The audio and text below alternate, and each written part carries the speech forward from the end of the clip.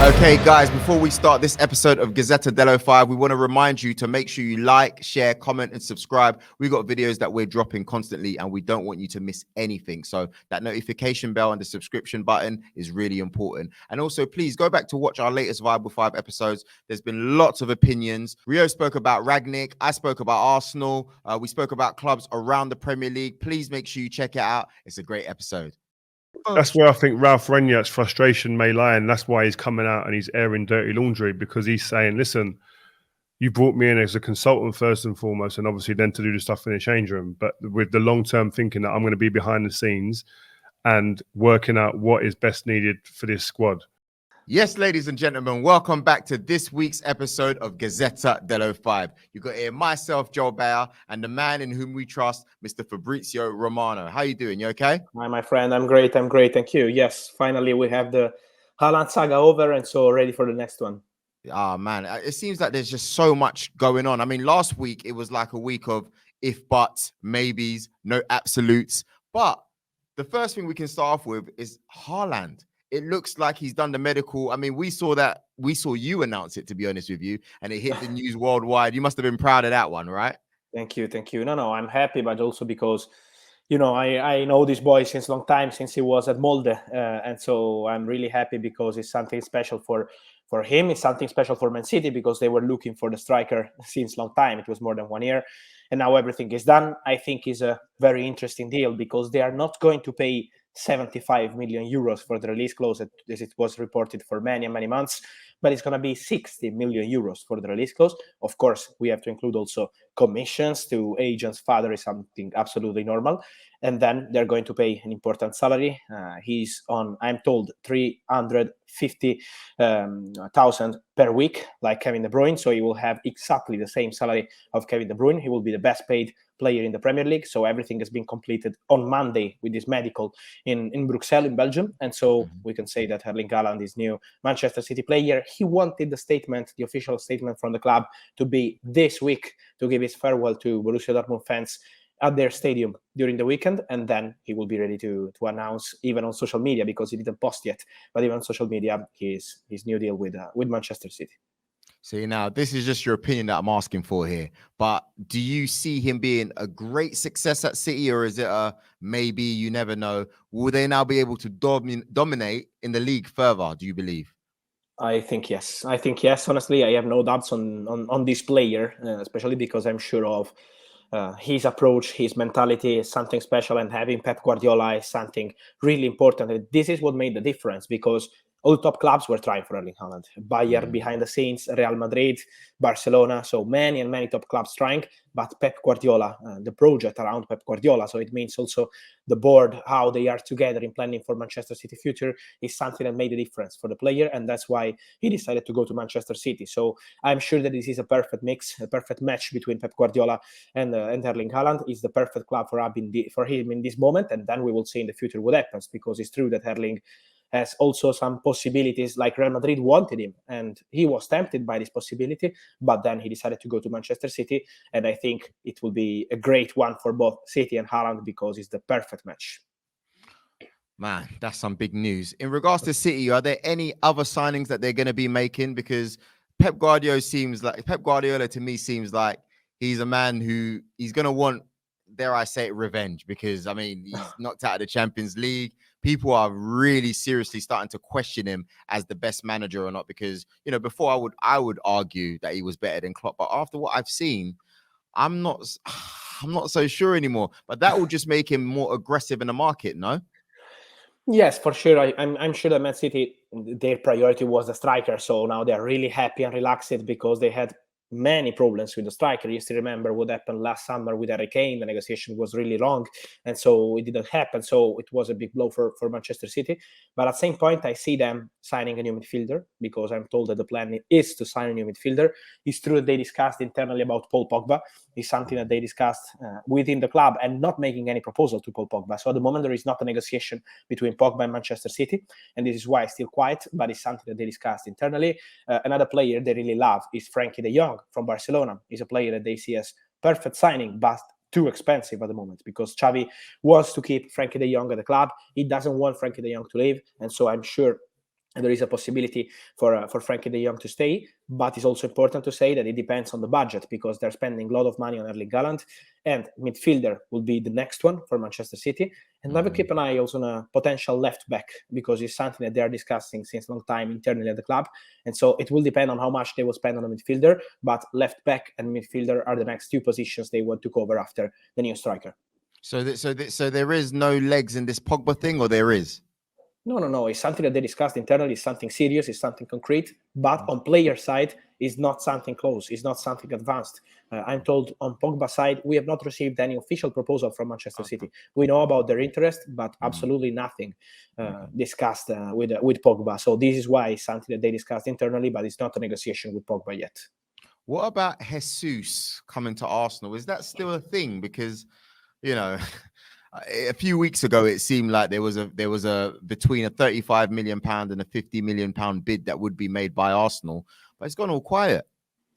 No. It's a serious thing. It's something that Arsenal want to do. I had a conversation today morning with his agent, Marcelo Pettinati, and he told me in a statement that there is an interest on Gabriel Jesus' side for the Arsenal project. They had direct conversations with Arsenal, so it's something absolutely serious between Gabriel Jesus and Arsenal.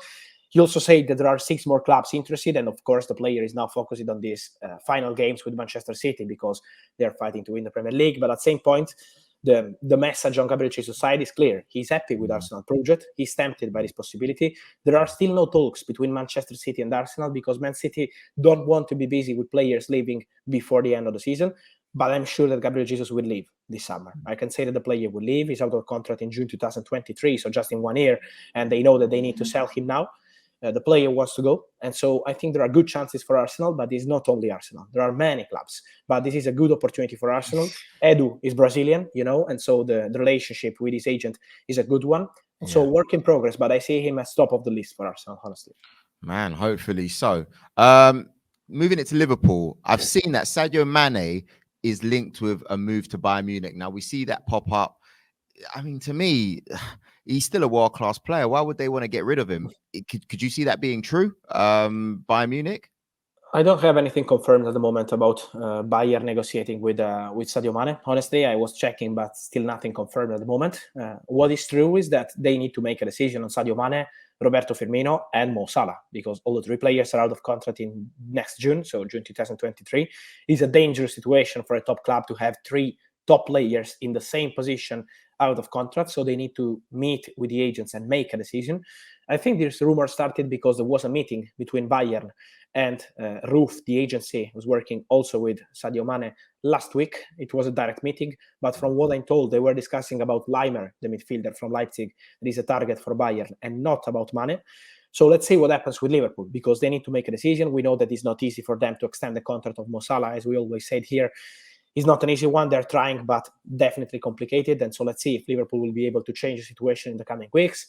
Mane is out of contract and still no negotiations to extend. Firmino, same. So they need to make a decision, even if with Bayern at the moment is not something advanced. That's interesting. To be honest with you, I think if Firmino goes, it's not the end, because I think with Jota and Diaz there, I don't know. I just think, it's different there. But another player that I wanted to talk about really quickly, Declan Rice. We've heard David Moyes say many times he's worth over 100 million. He doesn't really need to go, etc. I mean, surely I know he's going to want Champions League football soon, but it looks as if West Ham have offered him a new contract of 200,000 plus a week. Is that true or false? What I'm told is that the last proposal was a few weeks ago and was turned down by Declan Rice. And at the moment, on player side, is not something serious with West Ham to extend the contract. He's happy with the contract he has right now. So it's a contract till 2024 with an option to extend till 2025. So this is why West Ham are pretty relaxed with the situation of Declan Rice. This is why they're saying in public, as you mentioned with David Moyes, that they want more than £150 million for him. The position of the club is really clear. As you mentioned, many top clubs want him. He's top of the list at Man United since a long time. The link with Chelsea is immediate and is easy, of course. Many top clubs watching him.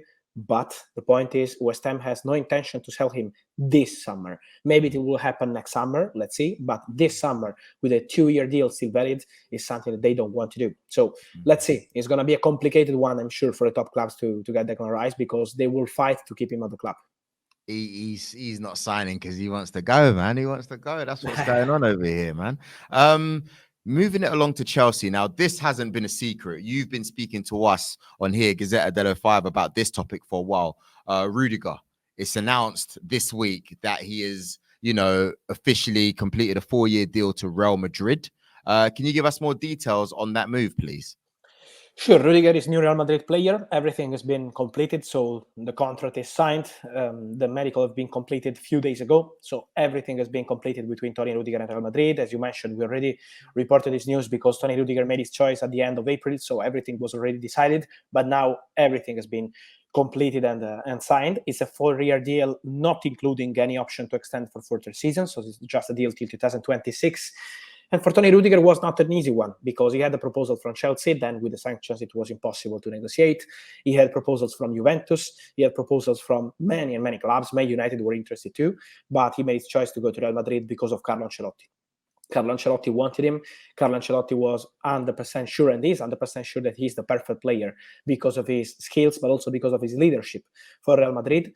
And so I'm told that the official statement will be after the Champions League final. So they will wait for the end of the season and then they will announce this signing.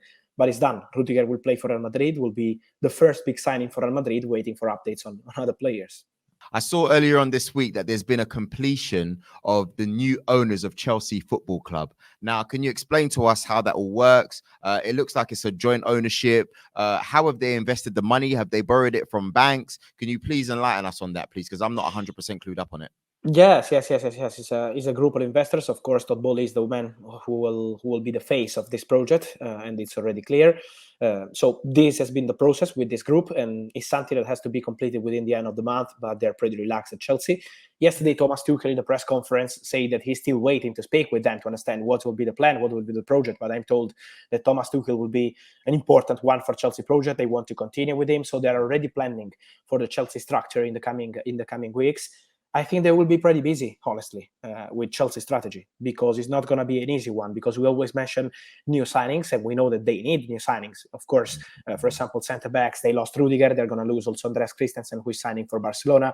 So they need new signings, but also to clarify the situation of players that are already at Chelsea, because Mason Mount is waiting for a new deal to be discussed since September, because N'Golo Kante, after the Champions League final 1 year ago, was discussing with the club, and they told him, okay, we will speak about the new deal in the coming months, and then it didn't happen. Jorginho, out of contract in 2023, like N'Golo Kante too, and they are in complicated situations, and they want to discuss the new deal with Chelsea, so let's see what happens. Marcos Alonso will leave the club, with Barcelona interested.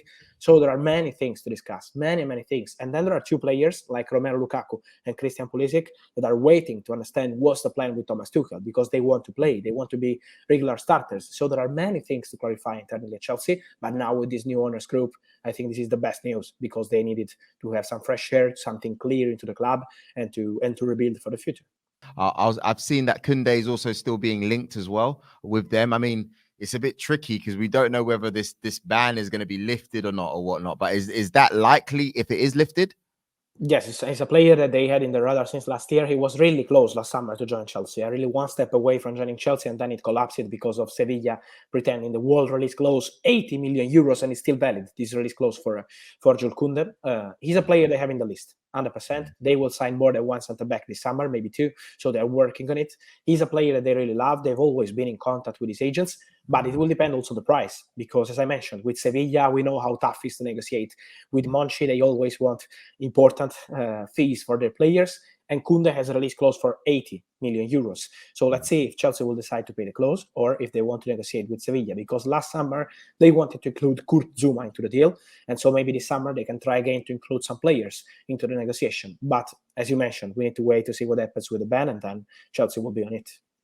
80 million, same price as Maguire. He's better than him. Manchester United. Steve's not here today. Usually he starts off the Man United news, but yes. I wanted to delay it a little bit, keep people watching. But when it comes to them, obviously Ten Hag is confirmed as the manager. There's so many players that are due to leave. Can you name the ones that are going before we even talk about the ones potentially coming in? Yes, there are many players leaving. Of course, the players out of contract are leaving the club. Jesse Lingard is leaving. He wanted to leave on deadline day with Newcastle, and then it didn't happen. But he's leaving no matter what happens with Erik ten Hag. Edinson Cavani is leaving. I'm told that he's looking for La Liga experience after playing in Italy, in France, in England. It's now time for him to explore this possibility. Juan Mata is leaving. Nemanja Matic is leaving. So they have many players leaving the club. All the players out of contract are leaving the club. Paul Pogba. Yeah, We know that. Yes, but we know that also Pogba.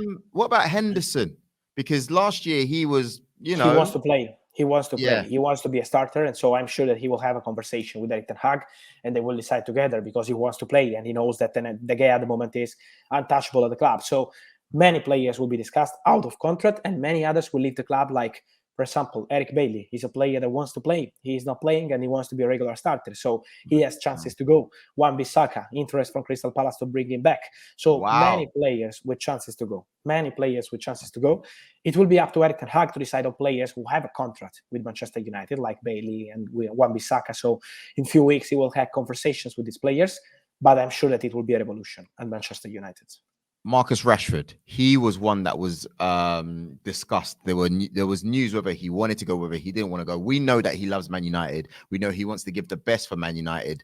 Any news on what's going on? Has he had the chat yet with whoever needs to be spoken with in order for him to decide whether to go, or would that be with Ten Hag when Ten Hag comes? No, it will be directly with Ten Hag, I'm told. So it will be a conversation with the manager. He wants to make sure that he has chances to play because we know how Ten Hag is smart and he's very good with talent. So I'm sure that he will do his best to keep the player at the club. But at the same point, it's important for Rashford to have guarantees on his game time. He wants to play for Manchester United, as you mentioned. He loves the club and he wants to play for Man United, but on a regular basis. And also, World Cup is a really important point for him. He wants to play because he wants to be at the World Cup with England.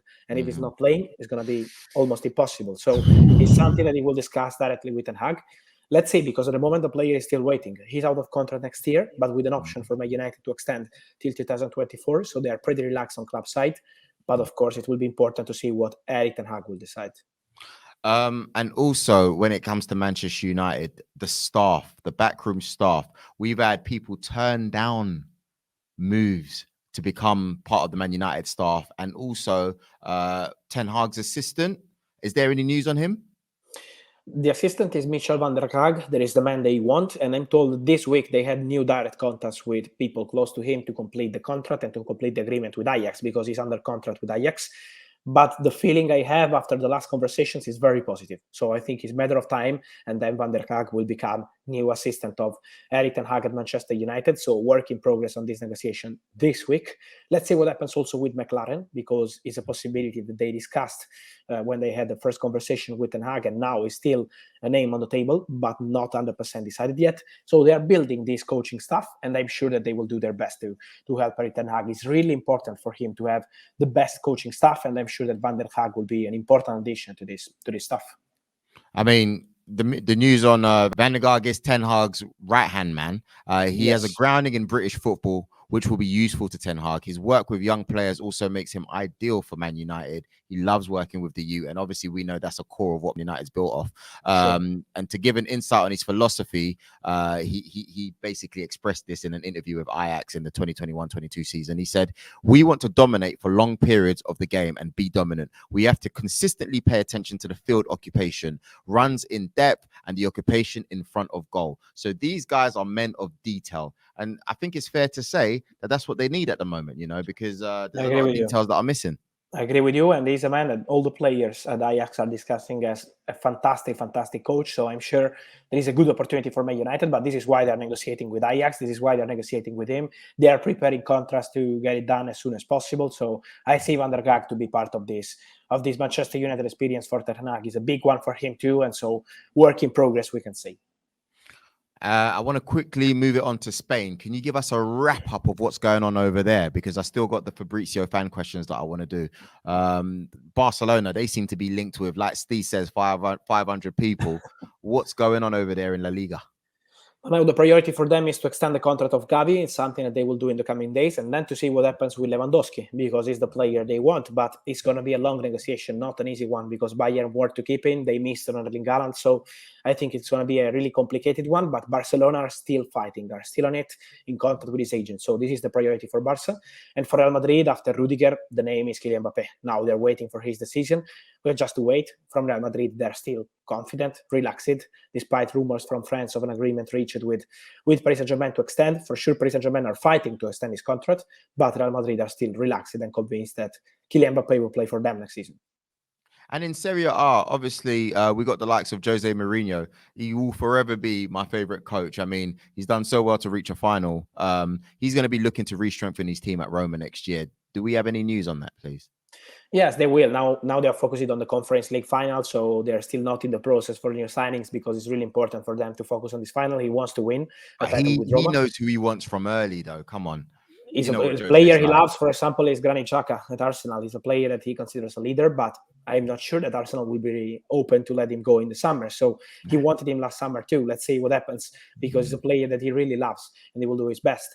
But for example, another player they appreciate is Gonzalo Guedes from Valencia. So Roma will sign players in many positions, but Jose Mourinho is now focusing on this title. He wants to win a title in the first season with Roma. It will be huge, even if it's not a top title, but it's a very good one.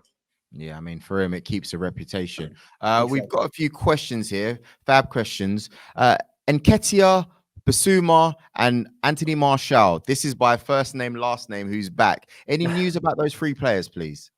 For Bissouma will be a busy summer, but still nothing advanced. But I'm sure it will be a really busy summer. Newcastle were trying to sign him in January, but it was really complicated. I'm sure many top clubs will be on it in the summer. Martial will go back to Manchester United from Sevilla. It was a straight loan. They are not paying to keep him. And so I think he has chances to discuss with Ten Hag, and then we will see. But I think he could be one of the players on the move in the summer. And then the other one you mentioned, Nketiah. For Nketiah, Arsenal are trying to extend his contract. They are pushing and pushing to extend his contract. They want to get it done. It's not easy because since January, many Bundesliga clubs and Premier League clubs like Crystal Palace and West Ham approached him, but now he's playing. And so he's tempted by this Arsenal possibility. Let's see, because they are negotiating. He's playing and he's scoring, which is good. Yes, exactly. Second question is by Malik Geechee. Isco, what's happening with him? Where's he going next?